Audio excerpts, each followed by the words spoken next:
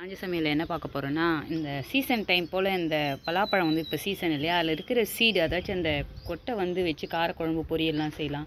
So அத வச்சு தான் இன்னைக்கு நான் வந்து காரக்குழம்பு செய்ய போறேன். அதுக்கு வந்து பலாசொலையும், கத்திரிக்காவும் க்ளீன் பண்ணி எடுத்து வச்சிருக்கேன். எண்ணெய், கடுகு அதுக்கப்புறம் பார்த்தீங்கன்னா, லைட்டா வெந்தயம் போட்டுட்டு, ஒரு பெரிய வெங்காயத்த கட் பண்ணி சேர்த்துங்க. அது வதங்குனதுமே பூண்டு இடிச்சு சேர்த்துங்க. பூண்டு இடிச்சு சேர்த்ததுமே வந்து பார்த்தீங்கன்னா, ஒரு பெரிய தக்காளி கட் பண்ணி சேர்த்துங்க. நல்லா வதங்கட்டும். வதங்கணும்னா அதிலேயே உப்பு போட்டுடணும். அதனோட அளவு உப்பு தெரியலனா கொஞ்சோண்டு போட்டுங்க. ஸோ வதக்கி குடுத்துருங்க. வதக்கி குடுத்ததும் வந்து பார்த்தீங்கன்னா, நான் வீட்ல அரைச்ச மிளகாய் தூள் தான் தனியா சேர்த்துக்க போறதில்ல. ஸோ 3 ஸ்பூன் காரக்குழம்புக்கு 3 ஸ்பூன் வந்து மிளகாய் தூள் சேர்த்துக்கிறேன்.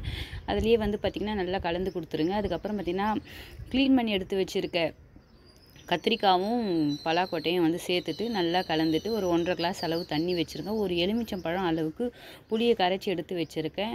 புளி வந்து உடனே ஊத்திட்டா வந்து பார்த்தீங்கன்னா, கத்திரிக்காய்லாம் வெந்து வராது. ஸோ இது நல்லா வெந்து வரட்டும். பாதி வேக்காட்ல இருக்கிறச்ச நம்ம வந்து புளி கரைச்சி எடுத்து வச்சிருக்கு இல்லையா? அத வந்து மிக்ஸ் பண்ணிடலாம்.